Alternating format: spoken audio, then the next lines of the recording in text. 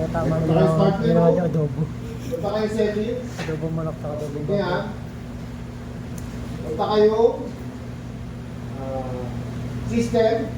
Punta kayo about. Then rename this PC. So rename natin yan. Gawin natin PC1. PC1. Then next. So mag-restart yan, no? Hindi na restart yan, no? So restart. So ganun din ang gagawin natin sa kabila. Okay, rename din natin. Settings. System. Hindi sa atin. About. Hindi sa atin. Okay, rename this PC. Pangalanan natin na Hindi sa PC2. atin. Yung region 4. Okay, then next.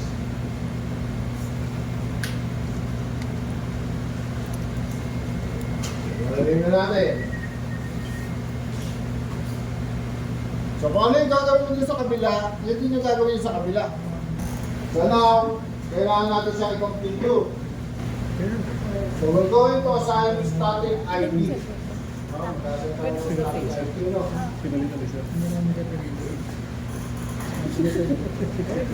So una, ito, PC1 tayo muna. Right click pala. Then open network. Okay, status. Then change adapter option. Then so yan lang ang available natin connection. Right click.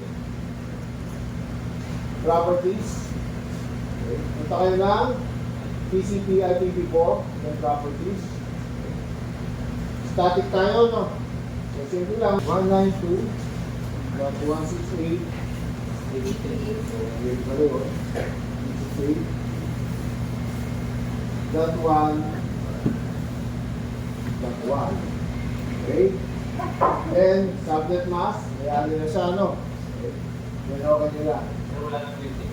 Hindi na muna. Okay. Sige, lagyan natin, no?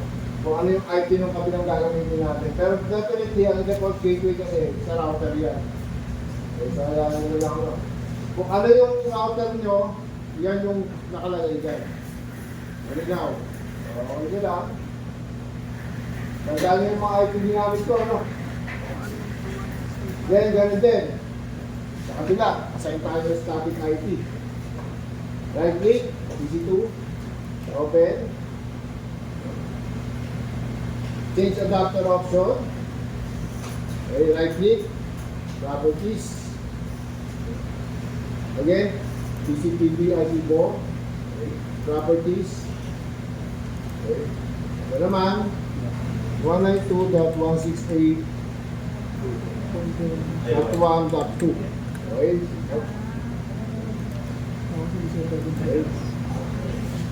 So, okay na, 255.255.2. Dot 2. PC2. So, okay mo lang. Okay, then go. So, once na nagawa na natin yan, okay, try natin yan i-ping. No. Masipin muna tayo sa PC1 ulit. Network discovery pa lang muna. Right click ulit, no, doon sa ano, of the network. Status. Sharing pala, sharing. Okay, yan, no. Change advanced sharing of settings. So, dapat ito naka-on, no? On. Okay, so, lahat yan naka-on dapat. So, yun yan, on. Ang makaligtan ako, ha? On. On.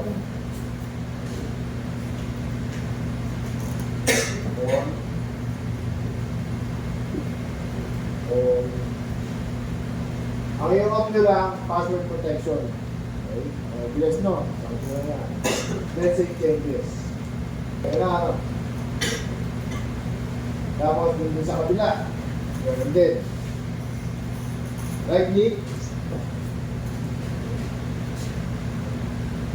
Network sharing. Change. So again, dapat yan naka-on. On. Check nyo lang, no? Baka may kaligtan kayo naka-off.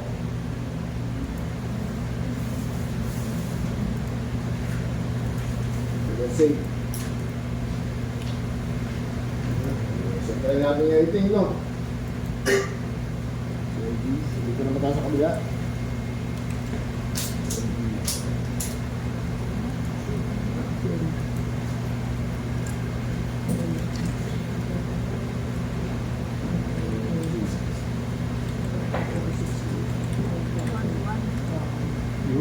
Okay, so nabasa na si kabila. So mababasa namin itong kabila.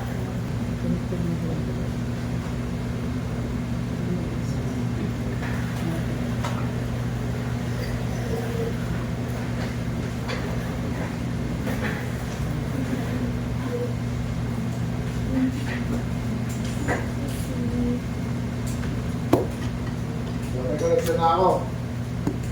Okay na. So malinaw na ano. So may connection na ako. Gagawa na ako ngayon ng sharing folder. Okay? So close ko na to. So tandaan nyo, dapat magkabila yan. No? Meron. Okay?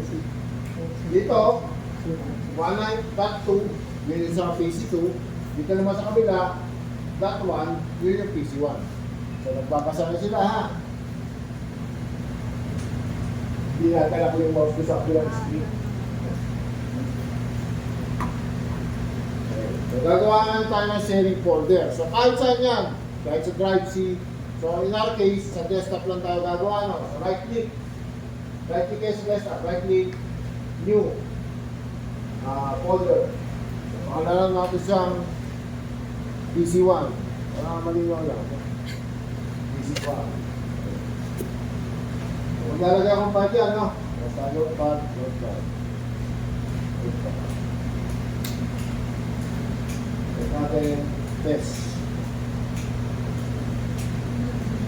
Save na natin.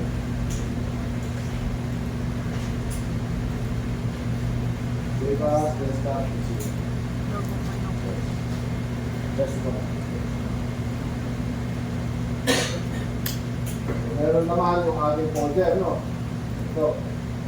Ayan, test yan. So, paano namin ngayon i-share? So, ito ha, makinig. Makinig. Right click.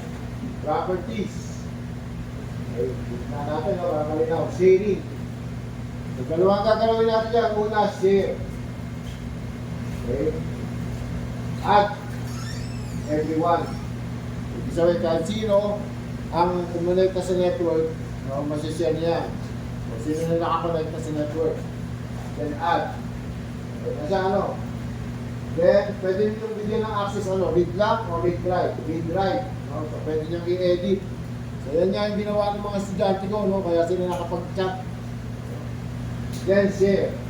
Okay. Okay, then done. Tapos yan, advanced sharing naman tayo. Okay.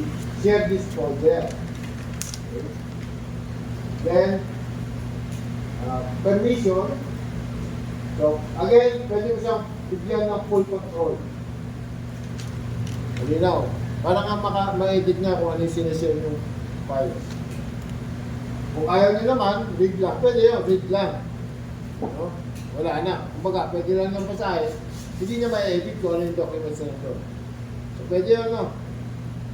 So, in our case, apply lang, no? Apply. Okay. Apply. Huwag nyo kakalimutan, apply muna bago yung okay. Yung iba kasi yung okay na kagad, eh, no? Apply. Okay. Then go. So, meron na tayo sharing. Isa. Punta naman tayo sa kabila. Okay. Right click. New folder. Ang dali na. PC2. So, gawa tayo ulit ng message ng notepad, no? Notepad. Okay, test. File. Save. Desktop. Test 2. Test 2. Save. So, file na rin doon, no? Ayan. So, same procedure natin. Right click, properties, sharing. So, share yung una, share. Add nyo yung everyone. Add. Bigyan mo ng full control. Click right. Share. Then, done. Then, advanced sharing. Share this folder. Permission. So, full control. Apply. Okay. Apply. Okay. Close. Okay. Paano ngayon yan? Ito na ngayon na. Type nyo lang. Backslash, double backslash. Backslash, backslash. Then yung IP address ng kabila. 192.168.1.2. Enter. Ayan na, easy to. Ayan yung test. Ayan yung file, di ba? Ayan lang. Punta naman ako dito sa kabila. Okay. Pwede ng backslash, backslash. Then IP address 192.168.1.1. Enter. So, ayan na, easy one. Ayan yung test one. See how simple it is? Question. Yes. Pag nag-write ka mo dyan lang. Oh, si simple. Simple. Tingnan mo ha. Test one. Test. Ka. Test ka din. Let's see. See. So, yan mo, no? So, pag nilalakas mo yan. So, pag pinatawa mo to, nilalakas mo yan.